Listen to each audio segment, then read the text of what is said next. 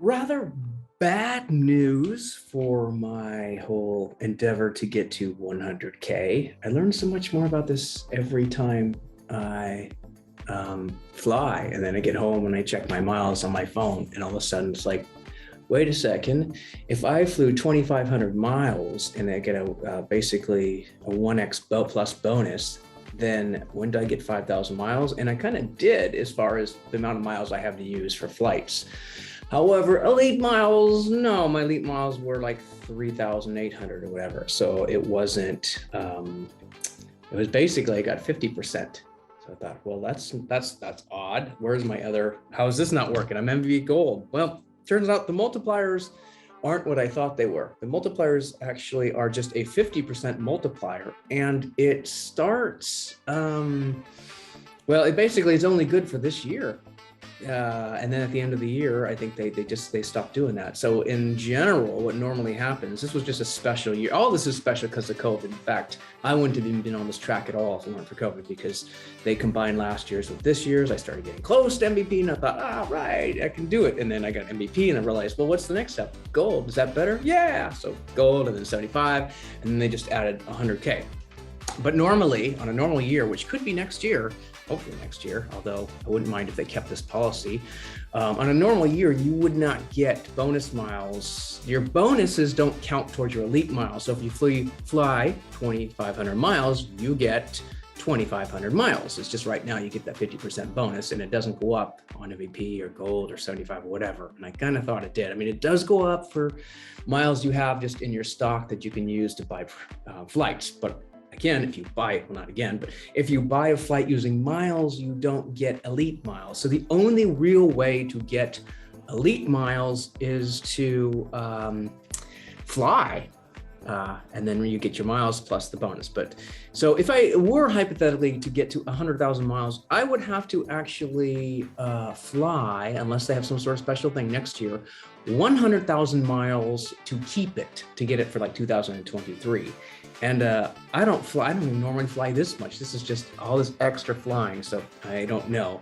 And if you calculate it on an average of 500 miles or an hour for every 500 miles, I mean, the jets get up to like 630, 650, but there's also takeoff and landing, and that's a slower time. So if you just averaged maybe 500 miles an hour, it would take me 200 hours of flight time.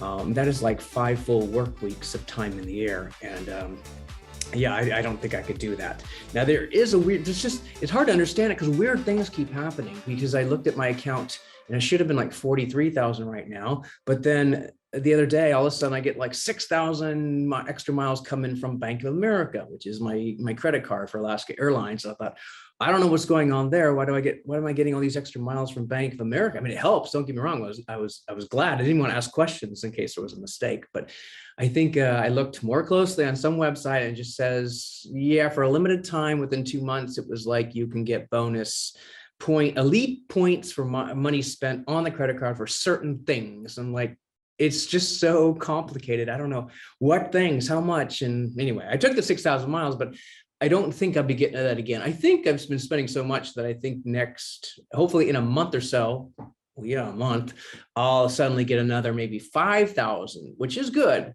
But yeah, if I want to get to 100,000 based on my current calculations, I would have to fly, I would have to add 15,000 more miles in addition to what I already got in the month of December. And there's really just not enough days left in the month to get these miles. Yeah, I don't think I can do that. I'm just doing the calculations, and I would have to fly like 66% of that because of that 0.5. So doing the math, oh, that's the easy one, 10,000 miles. So that would be, there and back would be 5. There and back would be 5. There and back would be, I'd have to have 2 more New York City trips. Although if I get that 5,000, then I actually only need 1 more New York City. My fear is I'm just going to be at like 99,000 miles at the end of the year. So I kind of want to call it quits, because I don't think the 100K benefits are going to be, I don't even know what they are. There's like everything's the same except for when it comes to upgrades, you get first dibs over other people. Well, except for other people that have 100K, whatever. And then I don't know. And there's like this ranking system. They don't even tell you all the details. But and that's again in any of these upgrades. It's only if the flight hasn't sold out of its first class seats. If they have, they can sell them to people who pay cash for them. Then you're out of luck. Although there are ways to buy tickets right away for first class for like no extra price. You get like 4 of those deals once you're MVP Gold. So anyway, that's the update on what's going on now. I just found out some of this morning, actually maybe even last night when I checked my miles and realized something's wrong.